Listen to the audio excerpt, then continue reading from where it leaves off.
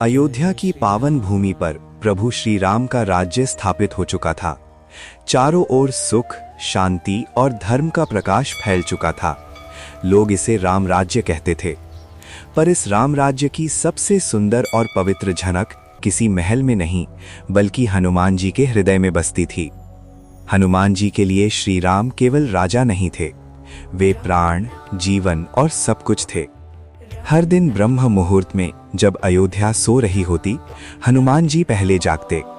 वे सबसे पहले गंगा जल से स्नान करते, फिर दोनों हाथ जोड़कर कहते, हे प्रभु राम, जब तक आपका नाम मेरे हृदय में है तब तक ये जीवन सफल है। उसके बाद वे श्री राम के महल की ओर जाते। कोई देखता नहीं, कोई जानता नहीं, पर हनुमान जी चुपचाप महल के द्वार की रक्षा करते, बगीचे से ताजे पुष्प लाते, प्रभु के आसन को स्वयं साफ करते।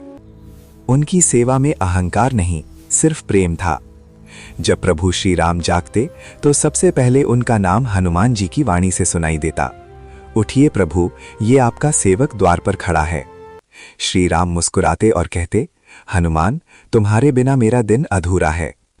हनुमान जी के नेत्र भर आते, वे कहते, प्रभु आप हैं तो सब कुछ है।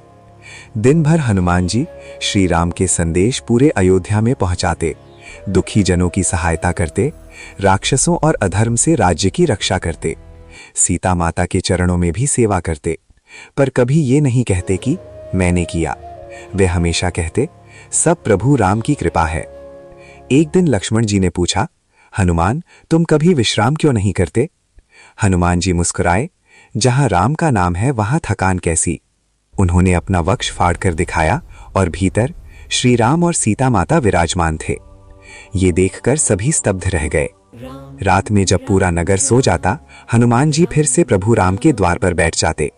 वे धीरे धीरे राम नाम का जाप करते, राम राम राम राम, और मन ही मन कहते, हे प्रभु, कल भी मुझे आपकी सेवा का अवसर देना। एक दिन श्री राम ने हनुमान जी से कहा, वर मांगो हनुमान। हनुमान जी ने हाथ जोड़कर कहा, प्रभु, बस यही वर चाहिए कि हर जन्म में आपकी सेवा करता रहूं। श्री राम ने कहा, तथास्तु, जब तक ये सृष्टि रहेगी तब तक तुम्हारी भक्ति अमर रहेगी।